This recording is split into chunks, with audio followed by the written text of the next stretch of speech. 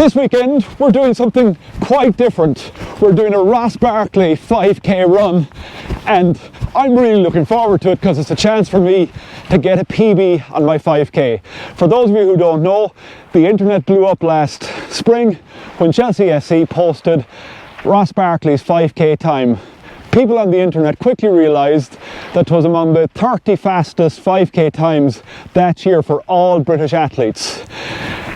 Accounts on Twitter such as Strava Wankers pointed out that it was more than likely an interval run, which it turned out to be, but it's become something of a meme since then, and people are looking to do these Ross Barkley 5Ks. The idea is that you do a series of intervals, you pause your watch in the middle, and you look to get a PB on your 5k. It's a fake course, but it's a little bit of fun, and we'll see where we go with it. I think my PB is in around 24 minutes for 5k, which isn't terribly fast even for somebody who's middle-aged, but you know, I'm a good diesel engine and I'm enthusiastic and I can keep going, so I kind of fit in pretty well with adventure racers, but I'm certainly 5k isn't my distance. So I'm really looking forward to this one because it's a chance to get a really fast 5k, for me at least, and see can I set a fake PB. So we're going to get into the data. My first thought is to get the steepest hill I can and just run down it as fast as I can, stop the watch, walk back up and do it for, you know, approximately 50 times over 100 meters. But maybe that's not the best way to do it. We'll get into the research, we'll try and figure out what's the best way forward, we'll test a few things, so stick around and we'll figure out the best way to do a Ross Barkley 5k.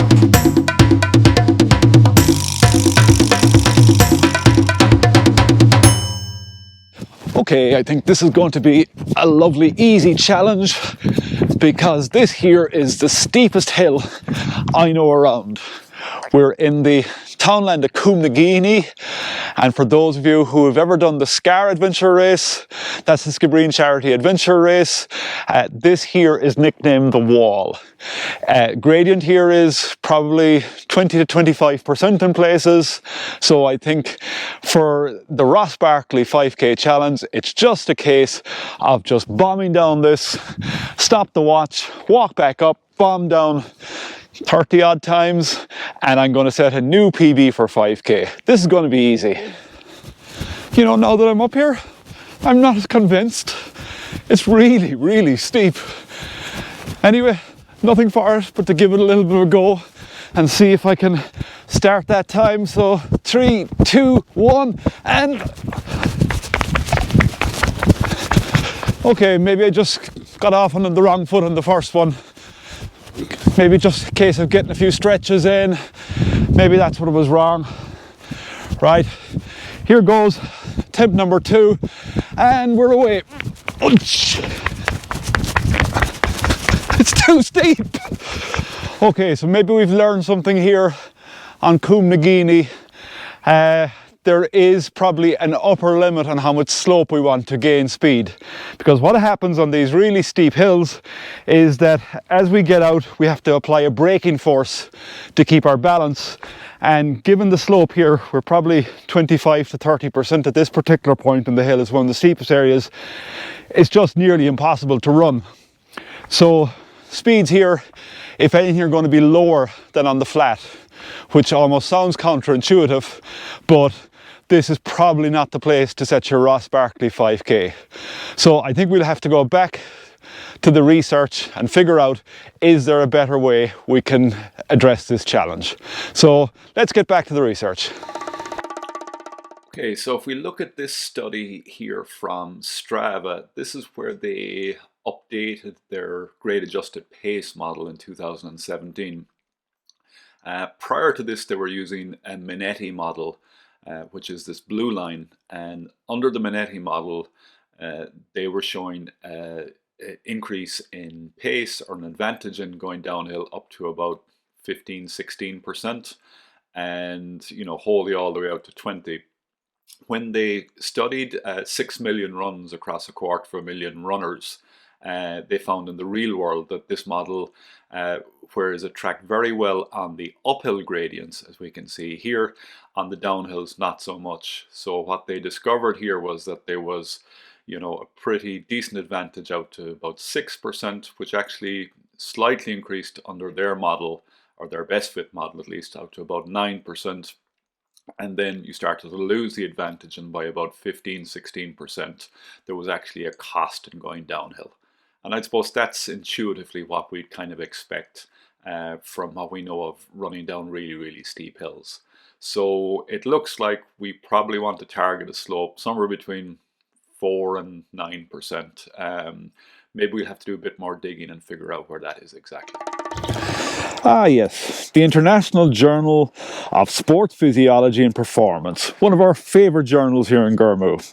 And there's a paper here, the optimal downhill slope for acute running overspeed. In this 2008 paper, the researchers tracked college athletes. There was a series of track athletes, soccer players and football players going on a 40-yard dash down across a 2% slope, a 3% slope, a 4.5% slope, a 5.8 and a 6.9.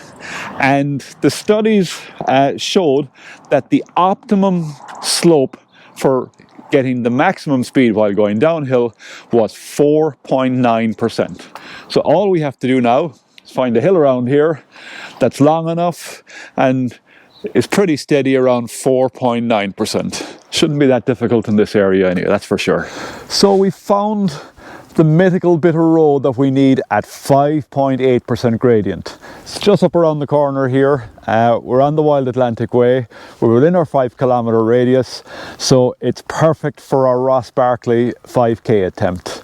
So we're going to have a few goes to see how it feels before our attempt at the weekend. So let's head over there and see how it goes.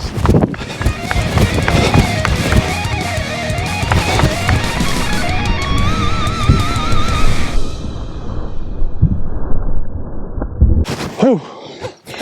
So they're tough. I just did one, haven't looked at the times in the watch yet, but it was pretty fast. I did 100 meters, so I don't think I could do 50 of those to get the 5k. So even on these, you're going to have to pace them. Again, I think we're going to be back to our old friend, the negative split.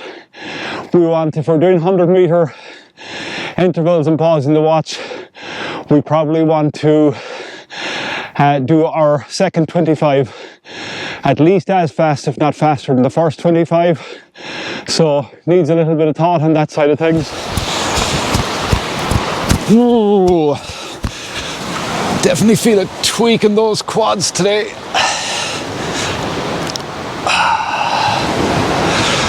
Yeah, definitely feel them.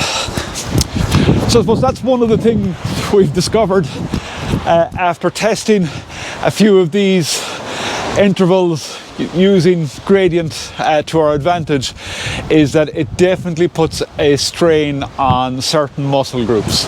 Quads being the primary one. I can certainly feel it in my quads today after testing a few of them earlier this morning and yesterday. And I suppose the other takeaway I have for anyone looking to do a Ross Barkley 5k challenge is that you have to keep an eye on your watch. An hour, if you've got, in this case, we've an hour to do the challenge.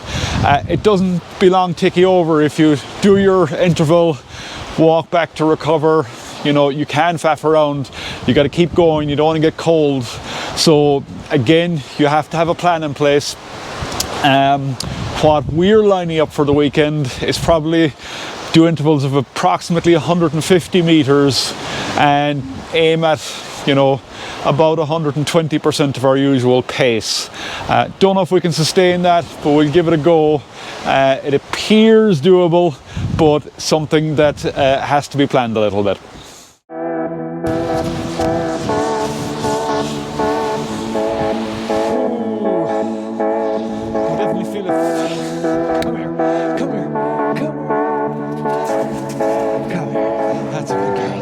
That's a good girl.